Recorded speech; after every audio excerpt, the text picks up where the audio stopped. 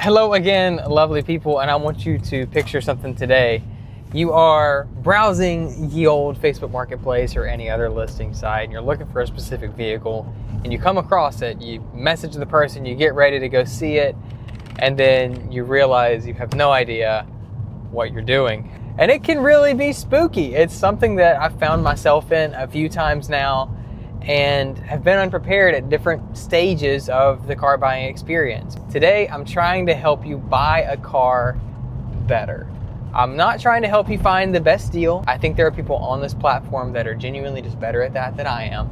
And I'm also not trying to help you find a specific car, but this is just something you can apply to any car that you're looking at, specifically older vehicles that are a little more niche. So let's get right into it. Your car buying experience happens kind of in three stages, right?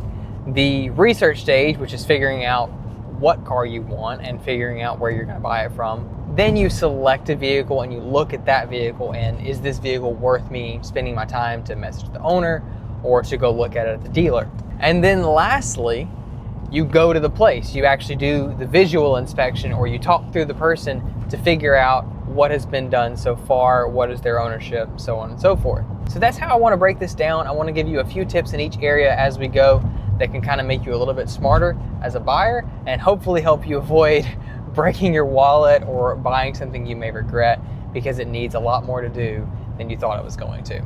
Tip number one, mileage is not everything. And this is something that I struggle with a bit. I love low mileage, time capsule type vehicles like my Jetta GLI that had 18,000 miles, like my Pontiac GTO I mentioned that had 15,000 miles. I love that. It's amazing.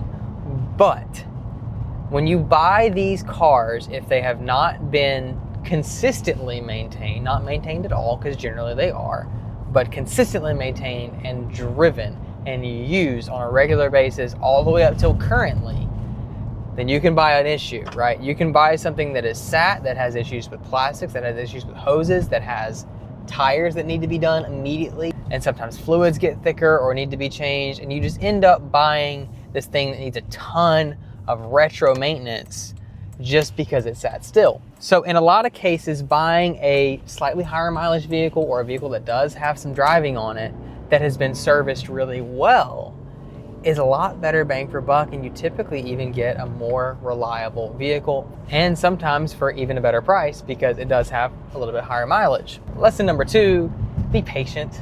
If you're looking for a specific vehicle, a lot of times the first one you find that meets your parameters is not going to work out. That's okay. Just make sure that you take your time to find the right car for you, that it is in the right price range. And I would say price range, don't look for the best deal because usually the cheapest one is not always the best one. Just find one that makes sense with the service history, with the condition of the vehicle that meets your needs. Moving on past the initial search, that's the main things there. Looking at when you selected a vehicle, and this is the big part.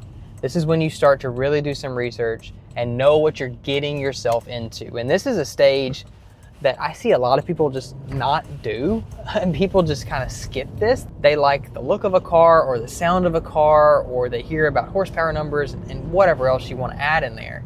And they skip this kind of research phase where they don't really look at the history. They don't know what they're really buying. And that is tip number one in this section. Know what you're buying. Know what common issues are going to crop up with a specific car. For example, I know that my LS430 needs certain maintenance items, the starter, the water pump, the timing belt, all at a certain age and mileage. They need to be done off of time or they need to be done by a certain mile.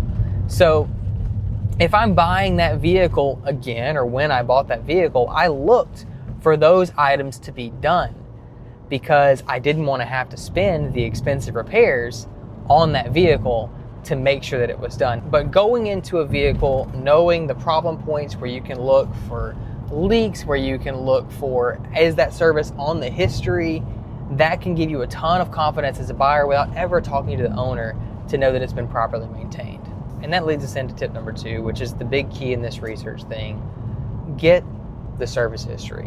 Whether you have to talk to the owner or whether you have to pull a Carfax or an auto check, if you're really narrowed down to one vehicle and that's the vehicle you want, it's the right deal, it's the right spec, it's what you need, please just go ahead and get the service history. You can tell so much about a car from an auto check and a Carfax that you may not even need to talk to the owner. You can weed out this vehicle just off of that alone. To give you an example, I've got a friend of mine who is currently looking for a Volkswagen Atlas. I've been helping her look. She found one that she liked and she sent me over the VIN. So I have a Carfax login, I pull it up and look at it, and it says that there's been 3 oil changes. This car has 55,000 miles. The most recent oil change is 20,000 miles separated from the one before.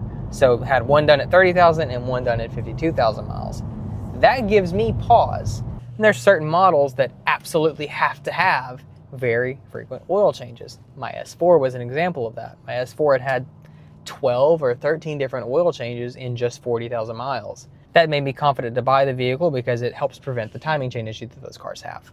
Also, that car needs carbon cleaning regularly. It had 4 on the service history. So that made me super confident that that engine was going to be healthy when I got the car. The other thing about that is recent service is obviously more important than old service. Just because a vehicle has 30 service records on Carfax doesn't mean it was done in the last 5 years, especially when you're looking at an older car. Now, Carfax and AutoCheck only really go back to the early 90s. You don't get a lot of data before then. So if you're looking at a much older car than that, you're gonna have to deal with the owner to figure that out. And that can be something you really suss out with them. But when you're looking at a newer car, whether it's from a dealer or from a Facebook Marketplace listing, if you get the VIN number and you can look at the history, just look for the recent service records. If the car has been maintained and serviced regularly all the way up until now, it's probably a better purchase than one that sat for a long period of time, like we mentioned previously. There are also services, like I said on my Lexus, that have to be done by time, not by mileage. So even though the car has low mileage, it may have something to do just because it's that time in the history. The other part of the research phase, look at the pictures. You can probably see in general if it's been painted. You can look at body alignments, and we'll get to that a little more when we get into, and a lot of times you can see things like rust or other damages that you may want to ask the owner about. Moving on to the last phase of your car buying experience, the actual getting to go look at the car. And I'm not going to go through how to message the person and find all the things to meet. You do what works best for you. Again, there's people on this platform that are better at that than I am. And that brings us to kind of the last phase of your car buying journey. And this is the first tip I'll give for that. If at all possible, get an inspection on the vehicle that you're looking at. There are tons of companies that offer charter style services where you can have somebody go out and look at the car as long as the owner agrees, and it only costs you a couple $100. If you're looking at flying or driving a vehicle back from somewhere around the country, that may be significantly cheaper than actually going to look at the car. If you can't do that, or if the car is closed, if you have a friend that's a mechanic, bring them with you, let them look over it. If you're fairly wrenchy yourself, you already know what to look for. This point isn't for you. When you go yourself, things to look for. I've kind of mentioned this already, but look for body lines that are not lining up. Look for previous paint, maybe bumpers are mismatched in color or popped out, and just ask the question like, hey, do you know what happened here? If it's not on the history, I would want them to kind of have some kind of an answer. They're probably going to hit you with the, oh, I bought it that way. And if they're going to be a little weird about you asking those questions, they're probably going to hide other things from you that they're not mentioning as well. It would personally give me pause. If you're comfortable with that, I understand Facebook Marketplace is the wild, wild west. Also on the visual inspection, rust. Be conscious of rust. And look, I am from the South. There are people down here that if they see a speck of rust, they're not going to buy the car. That's not what I'm talking about. My Jetta has a little bit of rust. It was from New Jersey. It's fine. But when you're looking at specifically the suspension components, the exhaust components, the lower part of the engine, the doors even, that's not where you want to see rust. If it's a very hard panel and it's a lot more than surface, if you can poke a screwdriver through it, you may want to avoid it, because when you go to do a repair, you're probably going to have to fix a lot more than what's actually broken. And it's just going to cause you more reliability issues down the road and cost you a lot more money.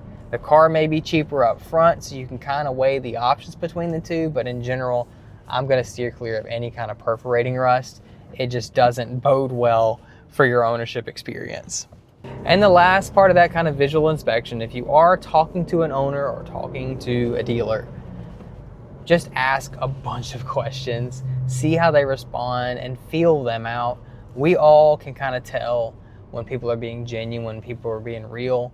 And if they're super excited about the car and they talk very, very well about it, very highly about it, in general, they probably took better care of it than somebody that's like, oh, well, I just bought it for a little bit. It's just a car, it's been a good car, blah, blah, blah, blah. So that gives you a little better feel out of, is this person going to be honest with me? Are they going to tell me any issues that they may have had? And you can ask them like, hey, have you had any problems with the vehicle? If they tell you, no, it's been great, then there's probably things that have been neglected. People that really care about their car, like I do with my Lexus, I mean, I told you guys, there were some things that I fixed. It's been fantastic. I haven't had anything break. But there are things that I fixed just because I wanted to take care of the car for the next person. And I'm realizing as I'm getting close to wrapping up that I missed one thing. And this one may be a little bit of a controversial opinion, but know where you're buying your car from. And I don't mean geolocation like Rust or South or whatever. I really mean, is the area where you're buying the car from able to afford the car that you're buying? I know that sounds terrible, but it's true. If you're buying the car from a less affluent area that may not have the money to afford a BMW 7 Series, or really to afford the maintenance on a BMW 7 Series, it may not be the best car to buy because things are most likely going to be neglected. And you're probably not going to get full disclosure when you go to buy that car. Where exactly it has been owned and serviced can matter a lot. And another tip with that, if you're looking at the service records like I previously mentioned, you might be able to call the dealer and ask what their concerns were with certain repairs they had. I was able to do that on my Audi in Georgia. The dude actually knew the owner and was able to tell me just about everything that had been done. It was a super great experience and made me very confident to buy that car.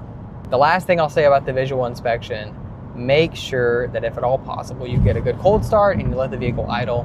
There are issues that present at both stages that you may miss if you catch it on one end or the other. A cold start is going to show you things like on my Audi where it has timing chain slap when it's cold. You can hear if the engine's ticking, see if it starts up properly. And then when the vehicle's warm, you're also going to be able to hear certain things at low idle. If you have fuel pump issues or anything like that, or if it overheats, you'll see it all there. So that's a great tip to have when you're looking at a car and you're getting ready to test drive. And I'm sitting here trying to think as I'm talking. I think that's really going to be it for this video. I'm super thankful that I've had the experience myself, and I hope that's been able to help you guys. So good luck on your car buying experience. Thank you so much for supporting the channel. If you haven't subbed and you like the content, make sure you do that. We'll catch you later. And if you have any questions, leave it in the comments.